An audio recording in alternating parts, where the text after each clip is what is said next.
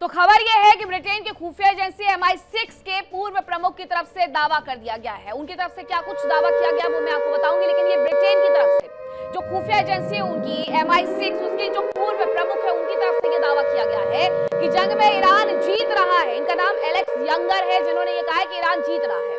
America ने Iran को कम करके आका था। एलेक्स यंगर आगे बढ़े और बोले कि अमेरिका ने जो सोचा था उसे कम समझा था, कम आका था, लेकिन अमेरिका खुद पीछे हटने के लिए मजबूर हो गया है। एलेक्स यंगर, जिनका ये कहना है कि जंग में ईरान जीतते हुए नजर आ रहा है, वो कह रहे हैं कि अमेरिका ने सोचा था कि ईरान को हरा देंगे, उसे कम समझा था, लेकिन ऐसा हुआ नहीं है।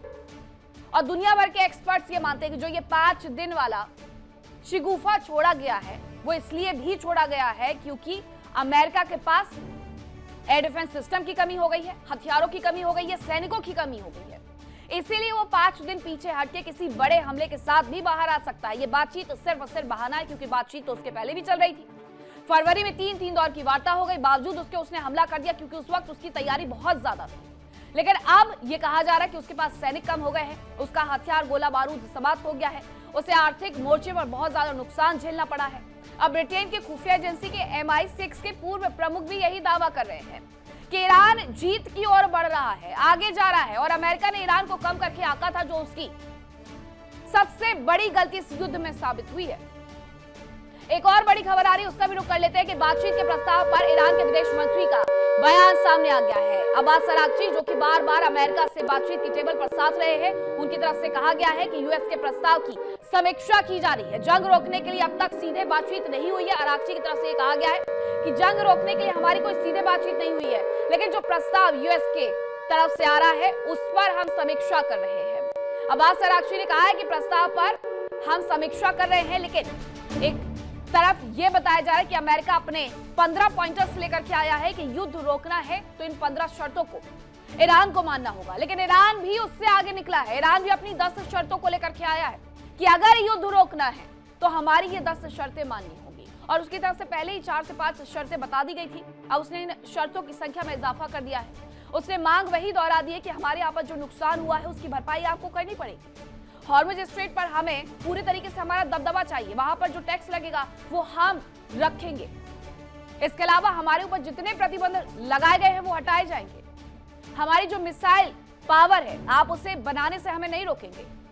परमाणु हथियारों पर हम बातचीत कर सकते हैं। ये 2 रिपोर्ट है, 2 खबरें हैं जो ये बताती है कि अमेरिका अभी कहीं पीछे खिसकता हुआ इस जंग में नजर आ रहा है।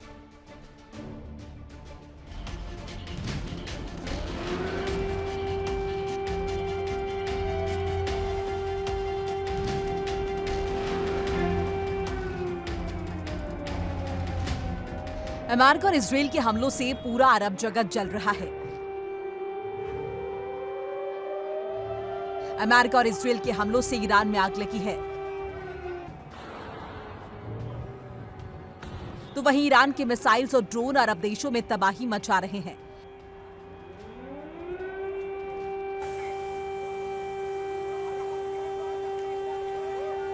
इस बीच ईरानी मीडिया में साम्राज्य विस्तार को लेकर चर्चा तेज हो गई है। खासकर अमेरिका की एक और सैन्य गलती के बाद खबर है कि अब ईरान यूएई और बहरीन के तटों पर कब्जे का प्लान बना रहा है, जिसे फारसी साम्राज्य को फिर से खड़ा करने की ओर पहला कदम माना जा रहा है।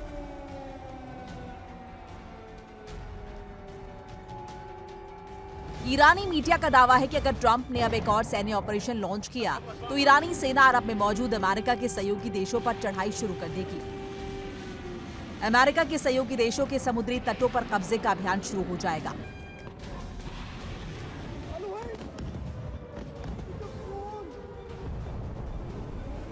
माना जा रहा है कि ईरानी मीडिया में चर्चा तब शुरू हुई जब IRGC का सीक्रेट प्लान लीक हो गया और ये सवाल खड़ा हुआ कि क्या ईरान एक बार फिर से किंगडम ऑफ पर्शिया यानी फारसी साम्राज्य का निर्माण करने के लिए पहला कदम बढ़ाने जा रहा है।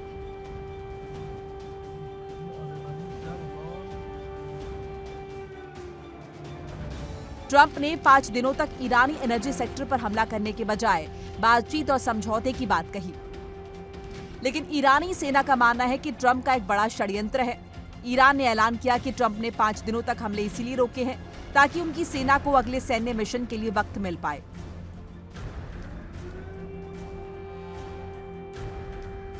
ईरानी सेना अब जिस फारसी साम्राज्य की तरफ कदम बढ़ाती दिख रही है, उसमें मिडिल ईस्ट और वेस्ट एशिया के साथ ही अफ्रीका और यूरोप के कुछ देश भी शामिल थे।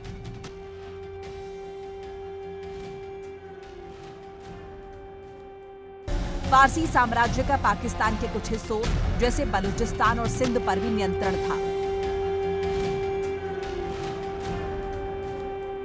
अब ईरानी मीडिया में जिस बात की चर्चा हो रही है वो इस बात का संकेत है कि ईरान अब फिदाइन मोड में आ चुका है। IRGC प्रवक्ता इब्राहिम जुल्फिकारी ने कहा कि ईरान नहीं हारेगा बल्कि दुश्मन को पराजित करेगा।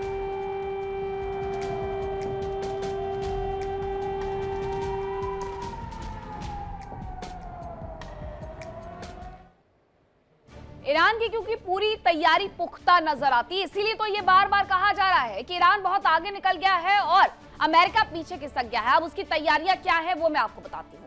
IRGC के टारगेट पर UAE और बहरीन है, उसके लिए बाकायदा उसकी तरफ से तैयारियां भी कर ली गई है। UAE और बहरीन पर लगातार हमले भी किए जा रहे हैं।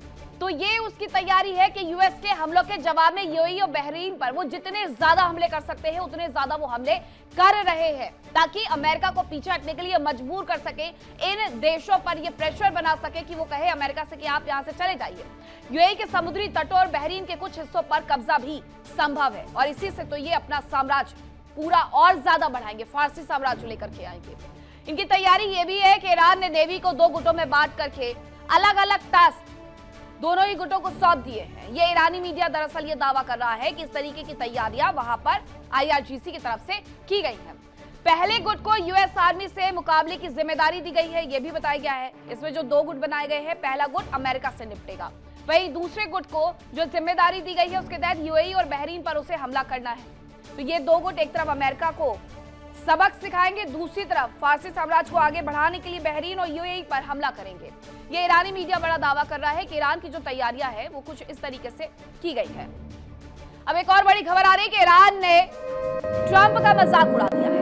AI वीडियो के माध्यम से मजाक उड़ाया गया है। ट्रंप को खिलौनों से खेलते हुए दिखाया गया है, पत्रकारों से बात करते हुए यूएस की जीत का दावा करते हुए दिखाया गया, और वो अक्सर यही तो करते हैं। अमेरिकी राष्ट्रपति डोनाल्ड ट्रंप हर बार यही करते हैं कि AI आपने जो मीडिया से जब बातचीत करते हैं तब वो कहते हैं कि हम जीत गए, और अब यही AI जनरेटेड वीडियो के माध्यम से दिखाया गया है। ये देखिए जरा, ये ट्रंप बैठे हुए हैं, जमीन पर बैठे हुए हैं, वो खेलते हुए खिलौनों से नजर आते हैं, उसके बाद जाते हैं मीडिया से मुखातिब होते हैं और इस दौरान वो ये दावा कर देते हैं कि वो इस युद्ध में जीत चुके हैं और हंस करके उस बात का ऐलान करते हुए नजर आते हैं। ये फाइटर जेट तमाम वो लिए हुए ईरान में किस तरीके से वो हमला कर रहे हैं।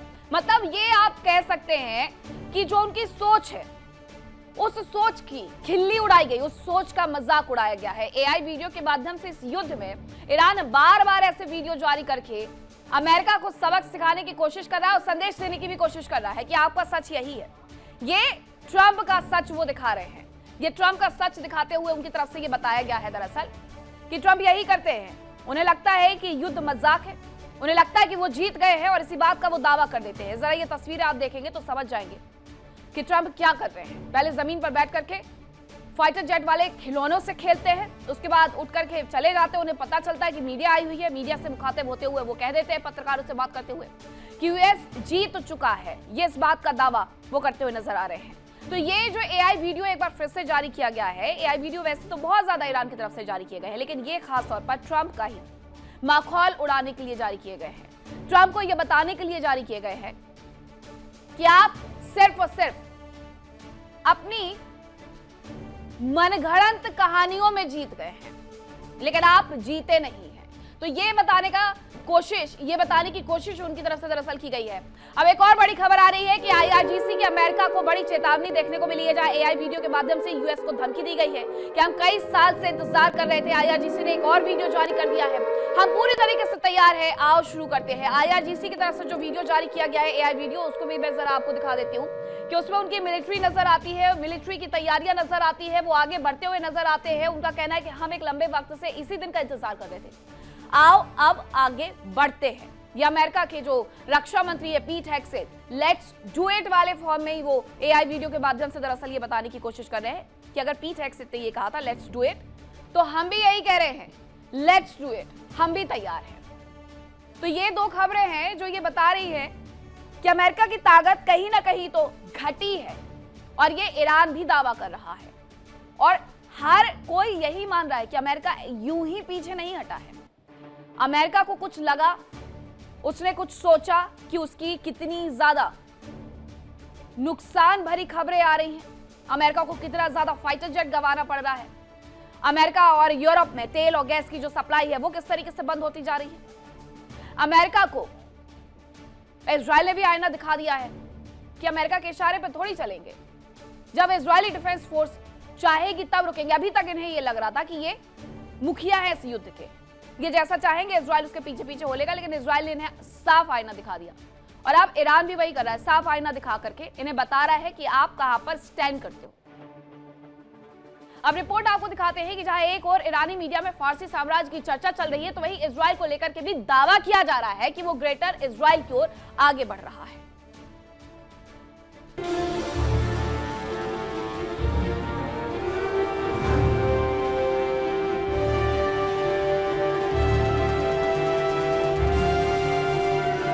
जंग की आड़ में एक और ईरान साम्राज्य विस्तार की ओर बढ़ सकता है।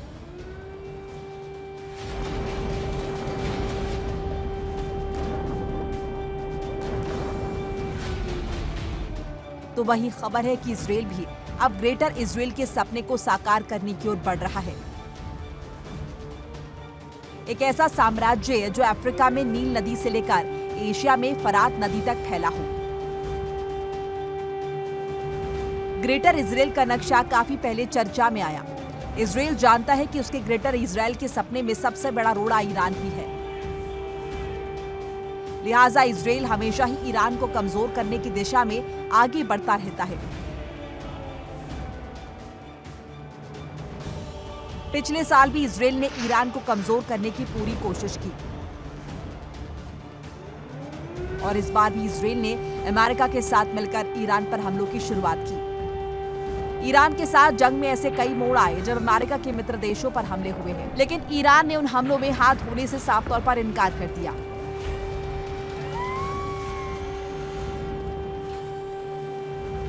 अजरबैजान में ईरान की मिसाइल गिरी। तुर्की के पास 2 मिसाइल्स इंटरसेप्ट की गई।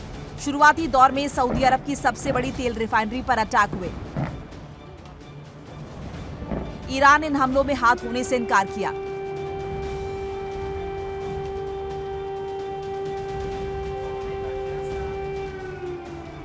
ऐसे में सबसे बड़ा शक इजराइल पर ही गया। कहीं ईरान ने ही ईरानी मिसाइल्स को हैक कर लिया, उन्हें अपने मुताबिक टारगेट की ओर तो नहीं मोड़ दिया ताकि युद्ध में और भी देशों को खींचा जा सके।